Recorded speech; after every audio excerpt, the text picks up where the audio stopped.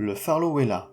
Souvent appelé poisson crayon ou poisson phasme, ce loricaridé, originaire d'Amérique du Sud, est principalement présent en Colombie. Le Farlowella vittata fait partie d'une grande famille et il peut arriver parfois qu'on le confonde avec le Farlowella acus ou le venezuelensis. Dans nos commerces, il s'agit souvent du Farlowella vittata, même s'il n'est pas forcément vendu sous cette appellation. Il s'agit de l'espèce la plus communément importée dans nos pays.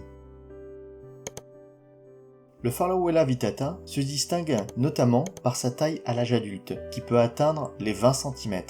Il s'agira donc d'un poisson qu'il conviendra de placer dans un grand espace. Sans donner un litrage en particulier, un bac de 1 m à 1 m 20 de façade peut suffire pour introduire un individu.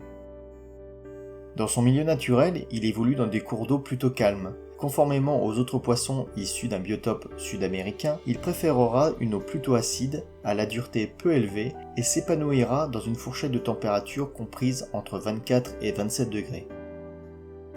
De tempérament très calme, voire même timide, il ne se souciera guère de ses colocataires et ne posera donc a priori aucun souci au niveau cohabitation à partir du moment où l'environnement de l'aquarium est adapté pour lui. Le plus important pour son bien-être sera donc la décoration. En effet, il adorera les plantes comme la Vallisneria, l'Echinodorus ou même les Anubias.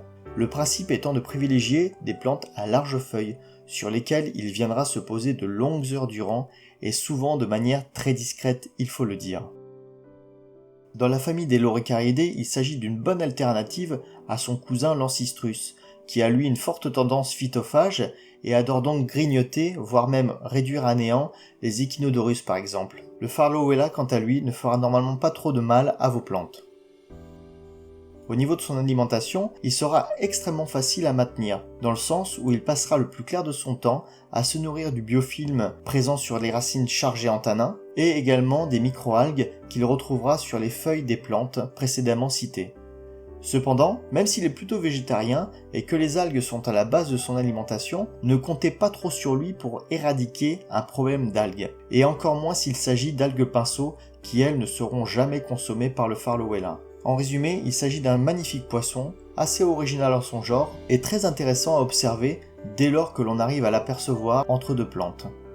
Sous réserve que le bac soit adapté à sa taille et à son comportement précédemment décrit, il sera un excellent choix pour tout aquarophile désireux d'avoir une population variée et des poissons que l'on ne retrouve pas chez monsieur et madame tout le monde.